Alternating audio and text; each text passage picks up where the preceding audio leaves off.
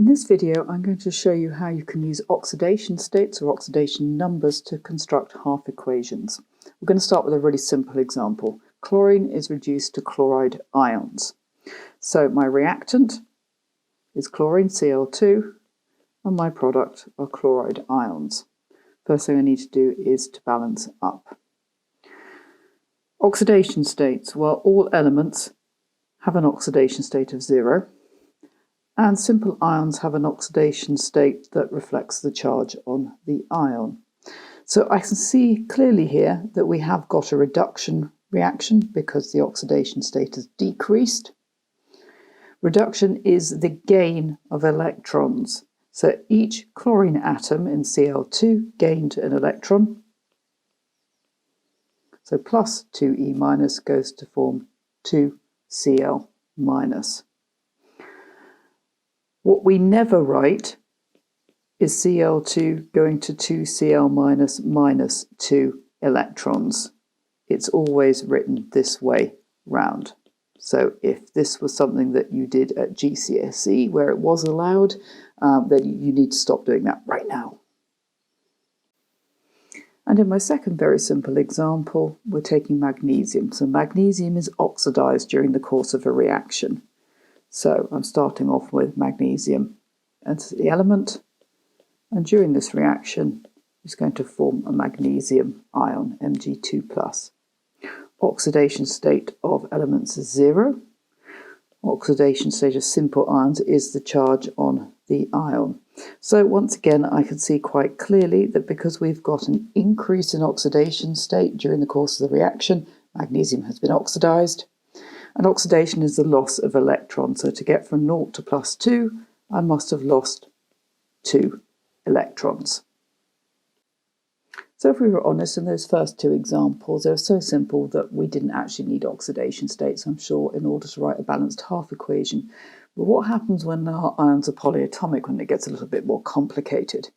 So here we've got sulfate 6 ions are converted to sulfur dioxide. Let's write a half equation to represent this. So sulfate 6 ions, SO4 2-, and they're going to form sulfur dioxide, SO2. So first step is to look at the oxidation states. Well, oxygen is always -2. I have 4 of them, -8. So the oxidation state there of the sulfur is +6 because the overall oxidation states need to add up to the charge on the ion, which is -2. Okay, so in sulfur dioxide, I've got 2 oxygens, each oxygen is -2, so sulfur is +4. So during the course of this reaction, I have gone from +6 to +4. We've got a reduction in oxidation state or oxidation number. Reduction is gain of electrons. I've only got 1 sulfur atom, so each sulfur atom is going to have to gain 2 electrons to move from +6 to +4. So first step is to put the electrons in on the left-hand side. Next step, we need to balance out the oxygens. And the rule is that you balance out oxygen with water. So I have 4 oxygens on the left-hand side, but only 2 on the right-hand side. So I'm going to have to add 2 water molecules. The second thing that we need to do is to balance out the hydrogens, because now that I've added water molecules, I've got hydrogen in my equation. And under acidic conditions, and this is the norm, we do it with hydrogen ions. So I have got 2 2s are 4, 4 hydrogens on that side. So I would add +4H+ on the left-hand side.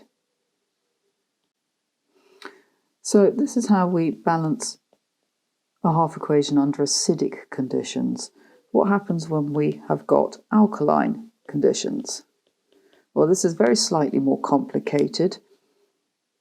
It does come up occasionally in exam papers, but for some reason it never seems to be in the textbook, so I'm going to go a little bit more slowly. So our basic equation was sulfate 6 ions. We know that we need to add 2 electrons and that we're going to end up with sulfur dioxide. The first step is exactly the same. I'm going to balance out the oxygens because I've got 4 oxygens in my sulfate, 2 in sulfur dioxide, by adding 2 water molecules. Now, under alkaline conditions, I'm going to balance out these hydrogens by adding water to the left-hand side. I'm going to add 1 water per hydrogen atom that I need to balance. So that would be 4 H2O. Because we're under alkaline conditions, I'm going to balance that with hydroxide ions on the right-hand side. Bear with me. So 4 waters, 4 hydroxide ions. And then finally, we cancel out the excess water. So I've got 2 waters on the right-hand side, 4 on the left-hand side, so that becomes 2 plus 2 waters. And there we have a balanced half equation under alkaline conditions. So let's write that out. That would be SO4 2- plus 2H2O plus 2 electrons goes to form sulfur dioxide plus 4 hydroxide ions. So let me run through those 2 examples again. Let's be really clear on the rules here. So firstly, I'm using oxidation states to identify whether it's oxidation or reduction. In this case, it was reduction. Reduction is gain of electrons, so I added electrons into the left-hand side of the equation. Next step was to balance out the oxygen, and we always, whether it's acidic or alkaline, we balance out the oxygen by adding water molecules. And then finally, in acidic conditions, I balance out the hydrogen in the water I've added by adding hydrogen ions to the left-hand side. Under alkaline conditions, the first 2 steps are the same essentially. So we have got sulfate going to sulfur dioxide. We needed to add 2 electrons. And then we were going to balance out the oxygens from SO4 to SO2 by adding 2 water molecules.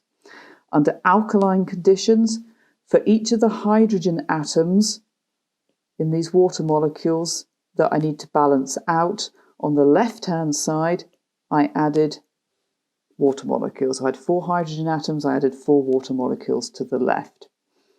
If I add 4 water molecules to the left, I then add 4 hydroxide ions to the right. And the final thing was to cancel out excess water molecules. And then we end up with our final equation. In my second example, thiosulfate ions are converted to sulfate 6 ions. So let's start. S2O3 2- is being converted to sulfate 6, SO4 2-. And the first thing to do is to balance out the sulfurs. So 2 sulfurs in the thiosulfate, so I'm going to make 2 sulfate ions. Next thing we need to do is to work out whether we have got oxidation or reduction going on here. So the oxidation state of sulfur in the thiosulfate ion, when you work it out, is +2, and sulfate is +6. That tells me that I have got an oxidation reaction going on because the oxidation state has increased. Now, oxidation states or oxidation numbers are per atom, so each sulfur is moving from +2 to +6. Each sulfur is losing 4 electrons. So on the right-hand side, I need to write +8 E-. The next job is to sort out the oxygens, and we do that by adding water. So I have got, let's change my colour, I have got 8 oxygens on the right-hand side and 3 oxygens on the left-hand side. So I need to add 5 water molecules. And if I've added 5 water molecules, I need to balance out the hydrogen ions. If we're doing this under acidic conditions, so this is for acidic conditions, 5H2O plus 10H+. So very straightforward. So let's have a look at exactly the same equation but under alkaline conditions. So my thiosulfate going to form 2 sulfate ions and the 8 electrons. We've identified that. First step is exactly the same as before. We're going to balance out the oxygen from the sulfate, thiosulfate to sulfate using water molecules. So no change there, plus 5H2O. And then this is where the difference is. If I've added 5 water, to balance out the hydrogen, I would add water to the right-hand side, 1 water per hydrogen. So that would be plus 10 H2O. And then I would add 10 hydroxide ions to the left-hand side. And then the only thing I've got left to do is to cancel out excess water molecules. So those 5 would disappear and that 10 would become a 5. So that my final equation under alkaline conditions would look like S2O3 2 minus plus 10 OH minus goes to form 2 of my sulfate plus 5 H2O plus 8 electrons. If this has been useful, hit the subscribe button, the effortless way to support your studies. And by clicking the link in the description below, it'll take you straight to Crunch Chemistry School, where you can access my free maths skills course, complete tuition, and worksheets designed specifically to build your confidence and stretch you. Together we can do this.